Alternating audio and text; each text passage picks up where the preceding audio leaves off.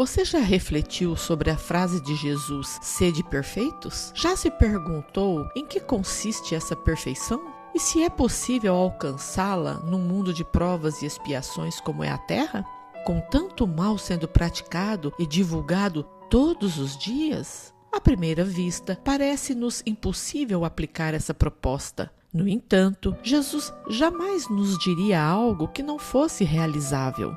Hoje vamos mergulhar no capítulo 17 de O Evangelho segundo o Espiritismo para compreender este postulado do Mestre. Logo de início, Allan Kardec já nos traz um alívio. Ele esclarece que a proposta não é, de forma alguma, nos tornarmos iguais ao Criador na sua intimidade. Isso seria impossível. A questão é outra, é entender que tipo de perfeição está ao nosso alcance, como seres que estão sempre evoluindo. Essa jornada não é sobre nunca mais errar, não ter falha nenhuma. É sobre cultivar a maior de todas as virtudes. É este o ponto central do ensinamento. A perfeição que nos é proposta é relativa e a essência dela, segundo o Evangelho, é a caridade. Mas não é qualquer caridade, é aquela no sentido mais amplo. Amar quem nos enxerga como inimigo, fazer o bem para quem nos prejudica. E é aí que está o verdadeiro trabalho, o verdadeiro esforço de aperfeiçoamento.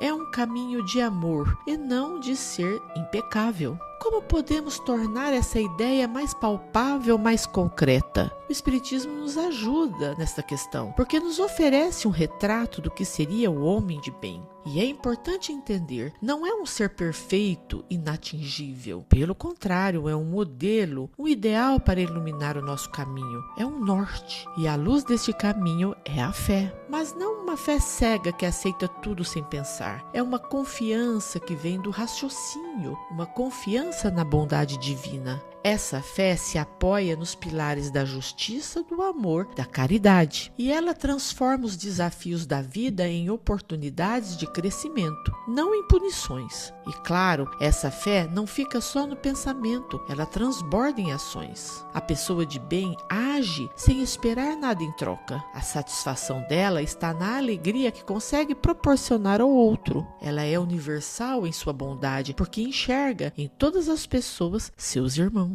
O perdão a todas as ofensas também é uma virtude deste modelo de homem de bem, porque o perdão é uma libertação do peso do ressentimento. Outra característica importante do homem de bem é o foco para dentro, para si mesmo. A pessoa de bem não fica apontando o dedo para os outros. Ela estuda as próprias imperfeições e trabalha sem parar para combatê-las, com humildade e sem se envaidecer de suas qualidades. É uma vigilância constante e amorosa sobre si. Para ilustrar essa ideia, a parábola do semeador contada por Jesus nos permite compreender o nosso estágio evolutivo atual e como trabalhamos as lições do Cristo em favor do nosso crescimento espiritual. Essa parábola é brilhante porque mostra como o mesmo ensinamento pode ter resultados diferentes. Alguns ouvem os ensinamentos de Jesus, mas não compreendem nada e não se esforçam para compreender. Outros se entusiasmam, mas desistem na primeira dificuldade. Existem os que são dominados pelas preocupações materiais. E, finalmente, há aqueles que ouvem, entendem e transformam o ensinamento em ação. O Espiritismo aplica essa parábola para diferenciar as formas de se vivenciar a doutrina. Há quem se prenda apenas aos fenômenos, como um curioso, sem que isso toque o coração. Já o verdadeiro espírita, segundo o Evangelho, é aquele que age a uma terra boa. Ele permite que a semente dos ensinamentos germine e se transforme no fruto mais importante, a própria reforma moral e o esforço constante para ser melhor. Para trilhar esse caminho, o Evangelho ressalta a necessidade de se cultivar o dever e a virtude. O dever aqui não é obrigação profissional, mas uma bússola moral interna. É o sentimento que nos diz onde começa a nossa responsabilidade com a felicidade e a tranquilidade do outro. E a virtude é a prática constante dessas qualidades.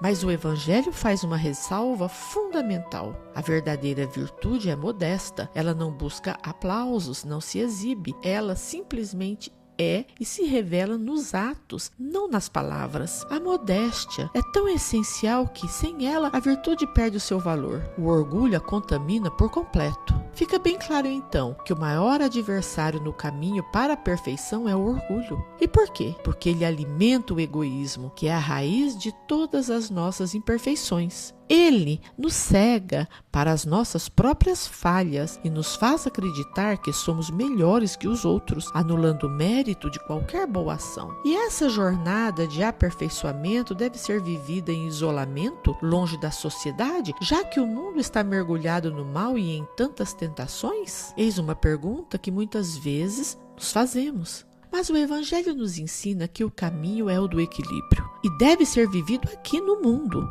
O texto nos alerta sobre dois extremos igualmente insensatos. De um lado, aquelas pessoas que maltratam o corpo acreditando que isso eleva o espírito. Do outro, os materialistas, os imediatistas, que ignoram a alma em favor dos prazeres do corpo. Ambos são desequilíbrios. E aqui está a proposta de equilíbrio. A perfeição não está na maceração do corpo, na negligência do corpo, mas na reforma do espírito. O corpo é um instrumento da alma e precisa ser cuidado. É preciso amar a alma, mas também zelar pelo seu instrumento, encontrando a harmonia entre as necessidades de ambos. Diante de tudo isso, a pergunta se volta para cada um de nós. Como estamos recebendo os ensinamentos de Jesus em nosso coração? Somos o caminho, a pedra, os espinhos ou a terra fértil, pronta para dar frutos? A resposta e o caminho estão dentro de cada um de nós.